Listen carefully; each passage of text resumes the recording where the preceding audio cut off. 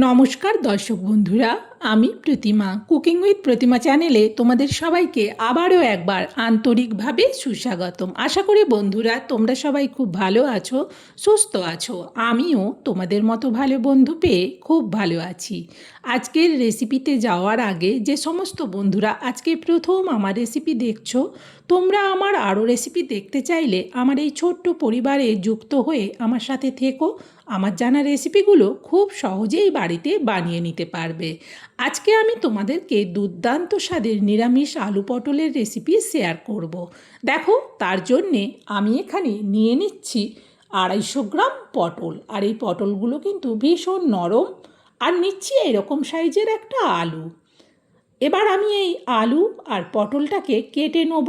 কেটে ভালো করে ধুয়ে নেব। ধুয়ে নিয়েই কিন্তু ফিরে আসছি। তোমরা কিন্তু আমার সাথে দেখতে থাকো। দেখো, পটলটা কাটার পর ধুয়ে নিয়ে আবারও থালার মধ্যে রেখেছি। আর পটলটা তো বেশ নরম, আমি ছোট ছোট করে পটলটাকে কেটে নিয়েছি। আর আলুটাকেও কিন্তু মিডিয়াম সাইজের কেটেছি। আজকের আলু পটলটা কিন্তু একটু অন্যরকমভাবে রান্না করব। দেখো, নিয়ে নিচ্ছি দুটো বড় সাইজের কারি পাতা। অন্য সময় আমরা তেজপাতা ফোড়ন দিয়ে রান্না করি, এই কারি পাতা ফোড়ন দিয়ে রান্না করলে রেসিপিটার স্বাদটাই কিন্তু একেবারে অন্য মাত্রায় পৌঁছে যাবে। আর এতটাই সুগন্ধ হবে যে এই নিরামিষ রেসিপি দিয়েই কিন্তু সবাই চেটেপুটে খেয়ে নেবে। কারি পাতাগুলো এমনিতে ছোট, তবুও আমি কাঁচি দিয়ে আরও একটু ছোট ছোট করে কুচি করে নিচ্ছি। বন্ধুরা, তোমরা কিন্তু কেউ স্কিপ করে রেসিপিটা দেখো না, কারণ কখন কি মশলা দেবো, কোনো মশলা কিন্তু মিস করে গেলে রেসিপিটা পারফেক্টভাবে বানাতে পারবে না। আলু কাটা হয়ে গেছে, পটলও কাটা হয়ে গেছে, কারি পাতাও নিয়ে নিয়েছি কুচি করে। চলো যাই এবার রান্নাঘরে। রান্নাঘরে এসে গ্যাস জেলে কড়া বসিয়ে দিয়ে কড়াতে দিয়ে দিলাম সরিষার তেল। এবার খুন্তি দিয়ে তেলটাকে কড়ার উপর পর্যন্ত চাড়িয়ে নিচ্ছি।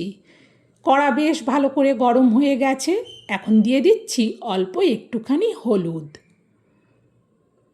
খুন্তি দিয়ে একটু হলুদটাকে তেলের মধ্যে মিশিয়ে নিলাম। দিয়ে দিচ্ছি এবার আলুগুলো। আলুগুলো দেওয়ার পর খুন্তি দিয়ে এবার ভালো করে আলুগুলোকে উল্টে পাল্টে নাড়াতে থাকবো।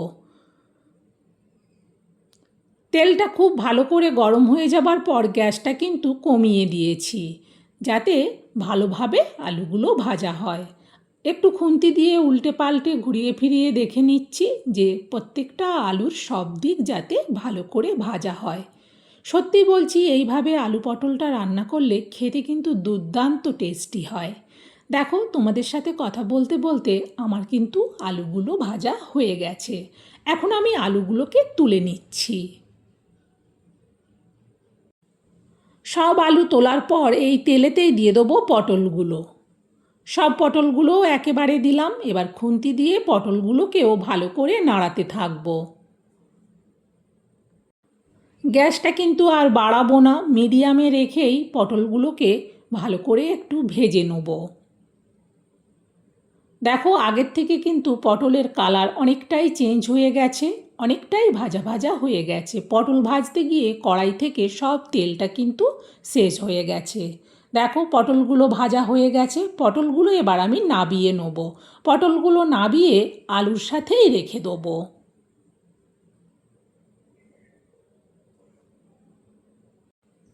আবারও কড়াটা বসিয়ে দিলাম। দিয়ে দিচ্ছি অল্প তেল। আর দেব অল্প কালো জিরে। আর দেব অল্প গোটা জিরে। 1 মিনিট দুটো জিরেকে আগে একটু ভেজে নেব। জিরে থেকে সুন্দর সেন্ট বেরোচ্ছে, এমন সময় দিয়ে দেবো এতে পরিমাণ মতো লবণ। লবণ দিয়ে আবারও একটু মশলাটাকে নাড়িয়ে দিলাম। দিয়ে দিচ্ছি গ্রেট করা আদা, চা চামচের মাপে 1 চামচ। এবার আদাটাকেও ভালো করে ভাজতে থাকবো। আদাটা ভাজতে ভাজতে দিয়ে দিচ্ছি হলুদ। আর দেব পরিমাণ মতো লঙ্কার গুঁড়ো। তবে ঝালটা যে যেমন পছন্দ করো সে সেই অনুযায়ী লঙ্কা দিও। আবারও খুন্তি দিয়ে মশলাটাকে নাড়াতে থাকবো। এখন এতে দিয়ে দিচ্ছি আমি সংরক্ষণ করে রাখা টমেটো পেস্ট, চা চামচের মাপে 1 চামচ দিলাম। এবার ভালো করে টমেটো পেস্টটাকে মিশিয়ে নেব।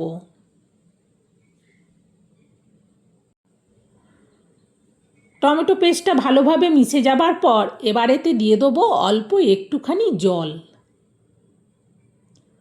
জল দিয়ে আবারও মশলাটাকে নাড়াতে থাকবো। জলটা কিন্তু শুকিয়ে গেছে, আবারও তেল ছেড়ে দিয়েছে। দিয়ে দিচ্ছি 1/2 চামচ ধনে গুঁড়ো। ধনে গুঁড়োটা দেওয়ার পর আরও 1/2 মিনিট নাড়ালাম মশলাটাকে। দিয়ে দিচ্ছি এবার কারি পাতা। কারি পাতাটা দেওয়ার পর আবারও খুন্তি দিয়ে মশলার সাথে মিশিয়ে মশলাটাকে নাড়াতে থাকবো।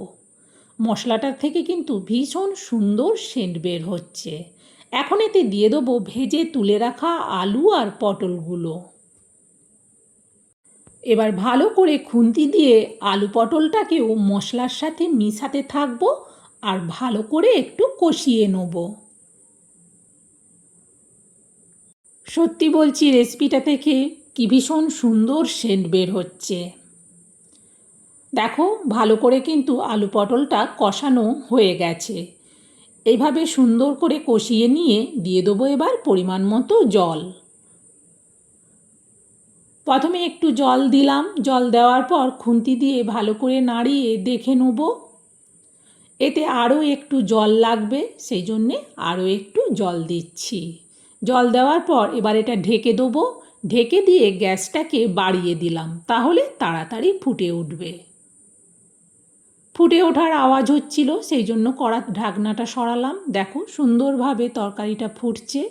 খুন্তি দিয়ে ভালো করে একটু নাড়িয়ে দেখে নিলাম। এখন সবেমাত্র ফুটেছে। দেখে নেওয়ার পর এটা আবারও ঢেকে দেবো। এখনও আলু সেদ্ধ হতে বাকি আছে। গ্যাসটাকে কিন্তু কমিয়ে রাখলাম।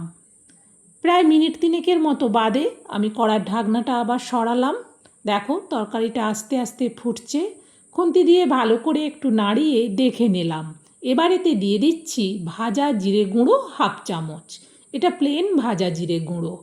জিরে গুঁড়োটা দেওয়ার পর ভালো করে তরকারির মধ্যে মিশিয়ে নিলাম। সত্যিই বলছি, সুন্দর সেন্ট বেরোচ্ছে। তরকারিটা কিন্তু আমার হয়ে গেছে, আর এটা কিছু করার দরকার নেই। এবার এই তরকারিটা আমি নাবিয়ে নেব।